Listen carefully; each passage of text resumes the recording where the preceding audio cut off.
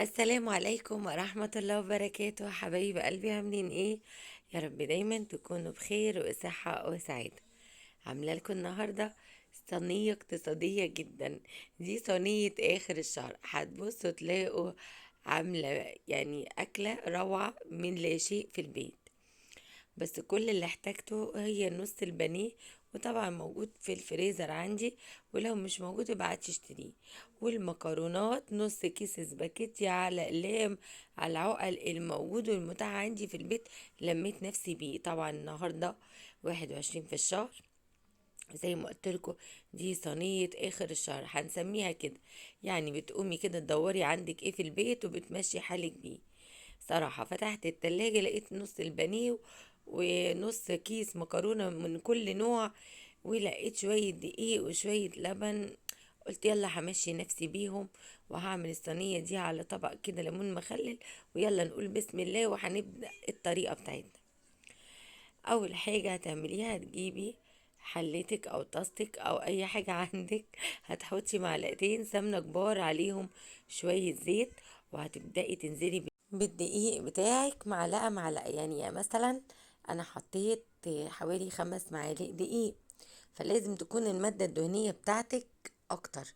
يعني مثلا 5 معالق دقيق تحطي 5 معالق سمنة على زيت، لان البشاميل بالذات عشان يطلع مظبوط معاكي تكون المادة الدهنية اكتر من الدقيق. خلاص، طبعا انا حسيت ان المادة الدهنية شوية، فزودت معلقة سمنة كمان عشان يديني القوام اللي انا عايزاه.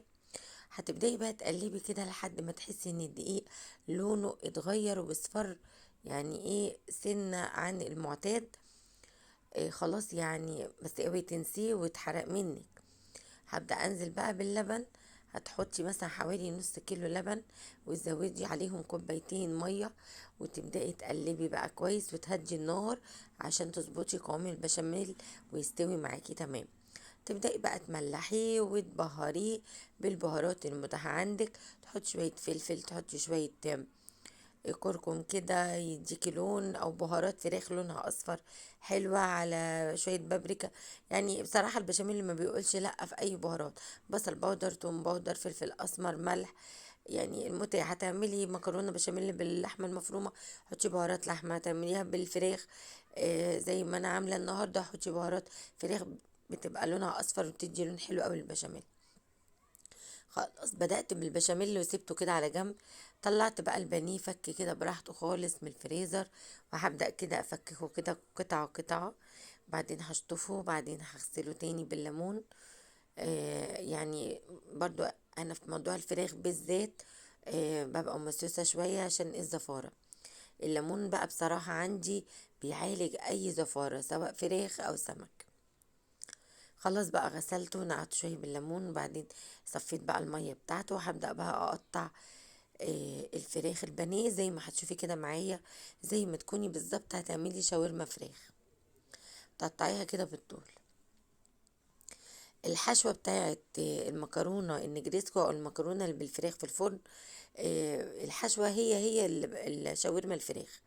يعني انتي كأنك بتعملي شاورما فراخ بالظبط. بس بدل بقى طبعا ما تحطيها بقى في عيش سوري او كريب، لا بتحطيها بقى ايه في صينية المكرونة. صدقيني طعمها حكاية. وزي ما قلتلك دي صينية اخر الشهر. بتبدأي تلمي بقى الموجود عندك في التلاجة. ممكن تعمليها على فكرة برضو بفراخ مستوية. يكون مثلا ساعات بتبقي عاملة فراخ والصدر دايما يعني حظه شوية ما بيتاكلش زي الوراك.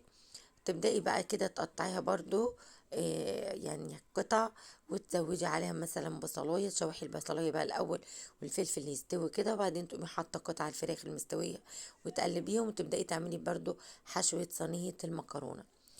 بصي ست البيت الشاطرة بتتصرف وتعمل أكلة من لا شيء، من الموجود في تلاجتها بتمشي يومها، وبتطلع أكلة زي العسل والسكر من إيديها، لأنها عاملاها بحب، وعاملاها بنفس راضية لولادها ولجوزها. فطبعا أي حد بيعمل أي حاجة بحب وخاصة في الأكل بتطلع زي العسل، لأن زي ما قالوا لنا زمان الأكل دوت نفس حلو.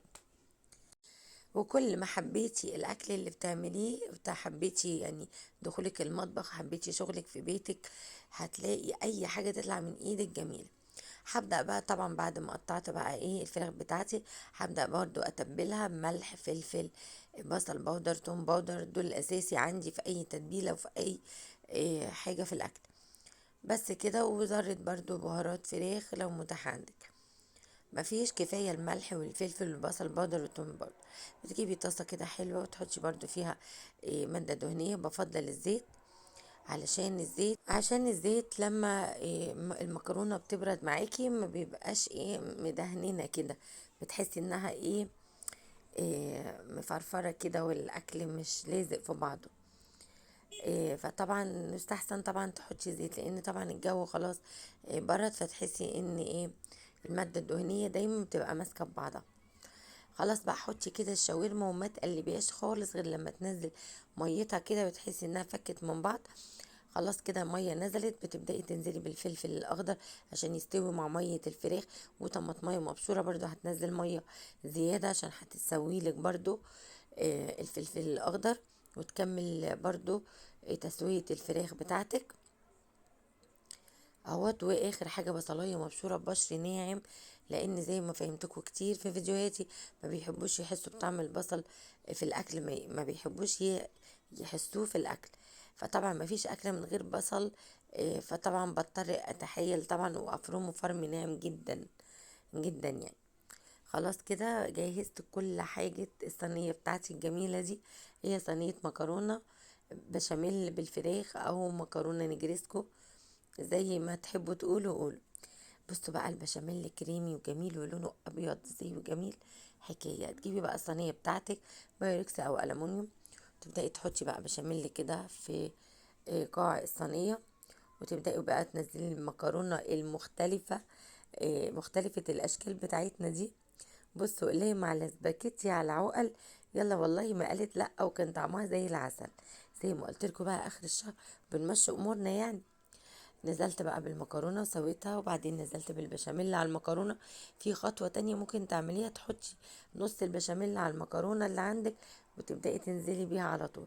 لا انا حبيت بقى المرة دي احط بشاميل في قاع الصينية، وبعدين مكرونة، وبعدين بشاميل تاني، وانزل بقى بالخلطة الجميلة بتاعتي دي، اللي هي بقى ايه زي الشاورما الفراخ كده، او هي شاورما فراخ بس حشوة مكرونة جميلة جدا.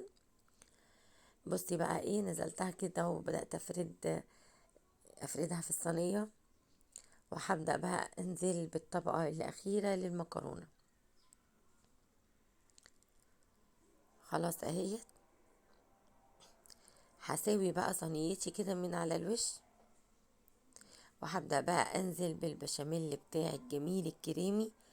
بصوا حكاية لونه يا بنات، لونه جميل جدا وقوامه حلو قوي. انا ساعات بحب البشاميل مش تقيل، بحبه كده يعني بين البنين زي ما بيقول، لا سيل قوي ولا تقيل قوي، بيبقى روعة.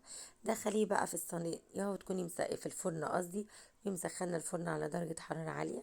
حطيت بقى قطع جبنة تركي كده على الوش، اديتها الوش الجميل ده، تخلي طعمها حكاية، مع شوية بقى ليمون مخلل، شوية بطاطس بقى مقلية لو عندك. وحطيت الاطباق بقى والشوك والمعالق. بس كده، ودي كانت اكلتنا النهارده جميله جدا وزي العسل، تستاهل بقكم. وبألف هنا وشفا على قلب اللي بياكل. ما تنسونيش باللايك والاشتراك. وما تنسونيش بتعليق حلو من تعليقاتكم الجميله. فعلوا الجرس عشان يوصلكم كل جديد من القناه. اتمنى الفيديو النهارده يكون عجبكم. اتمنى زي ما قلت لكم ما تنسونيش باللايك والاشتراك. اللي اول مره بتشوف القناه فعلي الجرس عشان يوصلك كل جديد من القناه. اشوفكم على خير في الفيديو الجاي باذن الله. استودعكم الله الذي لا تضيع ودائعه. السلام عليكم ورحمه الله وبركاته.